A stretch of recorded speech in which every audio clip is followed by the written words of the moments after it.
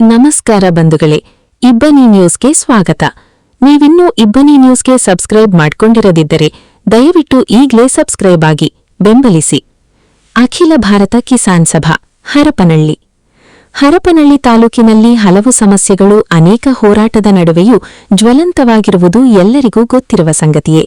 ಮತ್ತೆ ಕೆಲವು ಸರ್ಕಾರದ ನಿರ್ಲಕ್ಷ್ಯದಿಂದ ಹಲವು ವರ್ಷಗಳಿಂದ ನೆನೆಗುದಿಗೆ ತಳ್ಳಲ್ಪಟ್ಟಿವೆ. ಇಂಥವುಗಳ ಬಗ್ಗೆ ಕೇವಲ ಹೋರಾಟಗಳಾದಾಗ ಮಾತ್ರ ಸಮಸ್ಯೆ ಮಂಚೂಣಿಗೆ ಬಂದು ತಾತ್ಕಾಲಿಕವಾಗಿ ಸರ್ಕಾರದ ಪ್ರತಿನಿಧಿಗಳ ಭರವಸೆಯೊಂದೇ ಇಲ್ಲಿಯವರೆಗೆ ಸಿಕ್ಕಿರುವ ಮತ್ತು ದಕ್ಕಿರುವ ಪ್ರತಿಫಲವಾಗಿದೆ. ಹಲವು ಅವೈಜ್ಞಾನಿಕ ಯೋಜನೆಗಳು, ಮೂಲಭೂತ ಸೌಕರ್ಯ ಕಲ್ಪಿಸುವ ಯೋಜನೆಗಳು ಒಂದೋ ಮಧ್ಯವರ್ತಿಗಳ ಹಾವಳಿಯಿಂದ, ಲೂಟಿಕೋರರಿಂದ ವ್ಯವಸ್ಥೆಯ ಒಳಗೆಯೇ ಇದ್ದು ಸ್ವಾರ್ಥ ಸಾಧನೆಗೆ ಬಳಕೆಯಾಗಿವೆ. ಅಂತಹ ಅನೇಕ ಯೋಜನೆಗಳ ವಿರುದ್ಧ ಇಂದು ಸಾಮೂಹಿಕ ಸಂಘಟನೆಗಳು ಒಂದಾಗಿ ಹೋರಾಟ ಮಾಡಬೇಕಾದ ಅಗತ್ಯ ಹಾಗೂ ಅನಿವಾರ್ಯತೆ ಇದೆ. ಇಂತಹ ಹಕ್ಕುಗಳನ್ನು ನ್ಯಾಯಯುತವಾಗಿ ಪಡೆಯಲು ಪಟ್ಟಭದ್ರ ಹಿತಾಸಕ್ತಿ ವ್ಯವಸ್ಥಿತವಾಗಿ ಅಡ್ಡಗಾಲು ಹಾಕುತ್ತದೆ. ಸರ್ಕಾರ ಮುಂಜೂರು ಮಾಡುವ ಜನಪರ ಯೋಜನೆಗಳ ಅನುಷ್ಠಾನವು ವ್ಯವಸ್ಥಿತವಾಗಿ ಪಟ್ಟಭದ್ರ ಹಿತಾಸಕ್ತಿಗಳ ನಡುವೆ ಕಳೆದು ಹೋಗಿದೆ. ಇಂತಹ ವ್ಯವಸ್ಥೆಯ ಕುಂಭಕರ್ಣ ನಿದ್ದೆಯನ್ನು ಎಚ್ಚರಿಸಿ ಹಕ್ಕುಗಳನ್ನು ಪಡೆಯಲು ಹೋರಾಟವೊಂದೇ ಅಸ್ತ್ರವಾಗಬೇಕಿದೆ. ಇಂದಿನ ಹೋರಾಟದ ಮೂಲಕ ಮಾನ್ಯ ಸರ್ಕಾರದ ಗಮನಕ್ಕೆ ಕೆಳಕಂಡ ಅಂಶಗಳನ್ನು ತರುತ್ತಿದ್ದೇವೆ. ಬೇಡಿಕೆಗಳ ಈಡೇರುತ್ತವೆ ಎಂಬ ಆಶಯದೊಂದಿಗೆ ನಮ್ಮ ಹಕ್ಕೊತ್ತಾಯಗಳು ಹೀಗಿವೆ.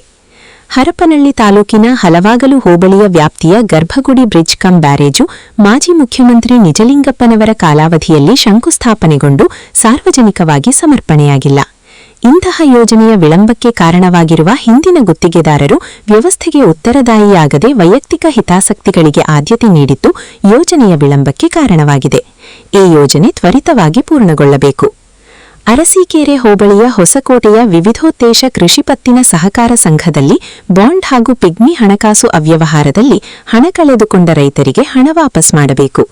ವಿಶೇಷವಾಗಿ ಬಾಂಡ್ ಮತ್ತು ಪಿಗ್ಮಿ ಹಣದ ಅವ್ಯವಹಾರದ ಉನ್ನತ ಮಟ್ಟದ ತನಿಖೆಗೆ ವಹಿಸಲಾಗಿದ್ದು, ಅರ್ಹ ವಂಚಿತ ಫಲಾನುಭವಿಗಳಿಗೆ ಹಣ ಕೂಡಲೇ ಹಿಂತಿರುಗಿಸಲು ಕ್ರಮ ಕೈಗೊಳ್ಳಬೇಕು. ತಾಲೂಕಿನಾದ್ಯಂತ ಫಸಲ್ ಭೀಮಾ ಯೋಜನೆಯ ಅರ್ಹ ಫಲಾನುಭವಿಗಳನ್ನು ಗುರುತಿಸಿ ಹಣ ನೀಡುವಲ್ಲಿರುವ ಮಧ್ಯವರ್ತಿ ವ್ಯವಸ್ಥೆಯಲ್ಲಿರುವ ಭ್ರಷ್ಟಾಚಾರ ಕೊನೆಗೊಳಿಸಿ ಅರ್ಹ ಫಲಾನುಭವಿಗಳಿಗೆ ನೇರ ನಗದು ವರ್ಗಾವಣೆಗೆ ಕ್ರಮ ಕೈಗೊಳ್ಳಬೇಕು. ತಾಲೂಕಿನ ಎಲ್ಲಾ ಪಂಚಾಯಿತಿ ವ್ಯಾಪ್ತಿಯಲ್ಲಿ ನಡೆದ ಫಸಲ್ ಭೀಮಾ ಯೋಜನೆಯಲ್ಲಿ ಮಧ್ಯವರ್ತಿಗಳ ಹಾವಳಿ ತಡೆಗಟ್ಟಬೇಕು. ಹರಪನಹಳ್ಳಿ ತಾಲೂಕಿನ 105 ಹಳ್ಳಿಗಳಿಗೆ ಶಾಶ್ವತ ಕುಡಿಯುವ ನೀರಿನ ಯೋಜನೆಯಲ್ಲಿ ಒತ್ತಡ ತರುವುದು ಹಾಗೂ ಆಡಳಿತಾತ್ಮಕ ಕ್ರಮ ವಹಿಸುವುದು. ಹೀಗೆ ನೆನಗುತ್ತಿಗೆ ಬಿದ್ದಿರುವ ಯೋಜನೆಗಳನ್ನು ಕೂಡಲೇ ಈಡೇರಿಸುವಂತಾಗಬೇಕೆಂದು ಸಂಘಟನೆ ಒತ್ತಾಯಿಸಿದೆ.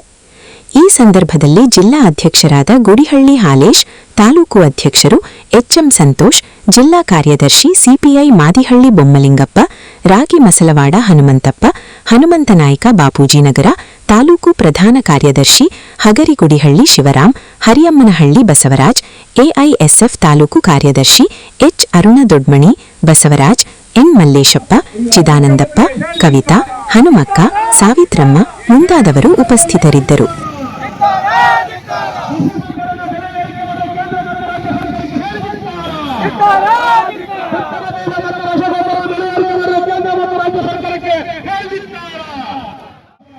ಮುಖ್ಯಮಂತ್ರಿಗೆ ಏನೇ ಬರಲಿ ಈಗ ನಾವೇ